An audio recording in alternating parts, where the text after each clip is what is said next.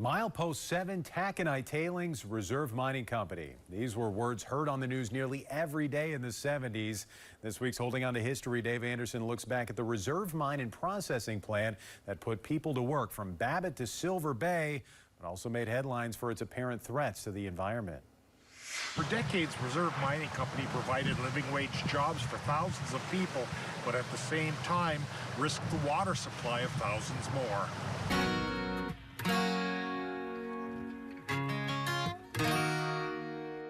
Reserve Mining Company, Taconite Mine. Serafine Rolando was one of the thousands who worked at Reserve in Babbitt and Silver Bay. So was Ed Mackey, who may very well be in one of these mine buildings my father filmed in the spring of 1970.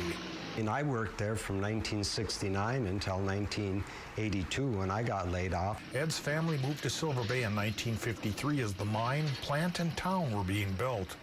World War II ate up the range's high-quality hematite ore, so low-grade taconite was next.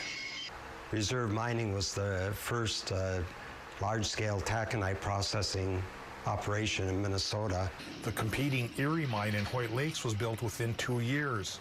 Within 2 decades, Reserve's practice of dumping 60,000 tons of waste rock into Lake Superior a day caused a 1969 lawsuit when asbestos fibers were discovered in the tailings. It wasn't until 1980 that Reserve was ordered to stop dumping in the lake. What is called Milepost 7 became the mine's onshore tailings dump. In the next 6 years, Ed would be laid off and Reserve would close during a slow economy. New owners would take over by 1989 and rename the operation North Shore Mining.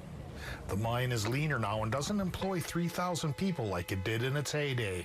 Now there's about 500 that are employed, but it's still a big employer for the area. Holding on to history from Babbitt to Silver Bay, Dave Anderson, Northern News Now.